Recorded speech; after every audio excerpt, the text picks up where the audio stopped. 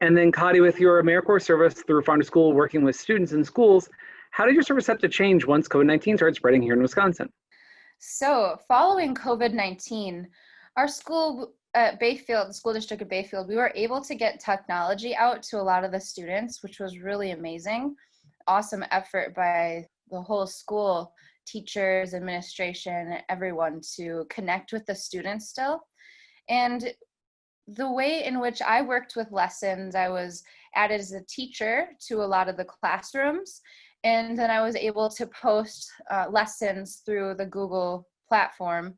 I had completed most of my nutrition lessons, quite a few at that point, but I offered resources for following the monarch butterflies as they came back, and looking for pollinators, and posing the question to kids, what do we observe outside? What plants are starting to grow?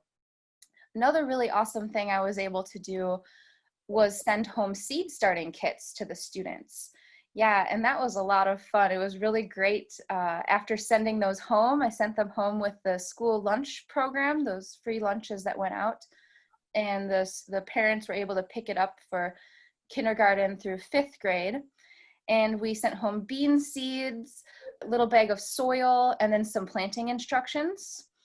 And it was awesome because I received pictures back from some of the kiddos with their newly planted bean seeds and trellised so that they were ready to grow up. They were climbing beans. And that was a few ways in which I continued to engage with the students during that time. I also feel really fortunate because being a school district with a large garden, and there not being a lot of people on the school grounds, I was able to be in the garden space and continuing to grow and plant food with the growing season. And having that high tunnel, that meant I could start planting in, I believe, late March. I was able to start planting. And so now I've been dedicating a lot of my time to maintaining that garden space, creating systems so that it's easier for whoever comes after me and whoever is in that space, so that it's a functioning garden space with a wash station, laying down wood chips, laying more foundational work so that it's just easier for people to be in that space. It's easier to manage, and ideally will provide greater access for students, teachers, community members going forward. And Kati, I can only imagine how much work it is keeping to maintain the gardens over the last few months. What's happened to the different food that you continue to produce?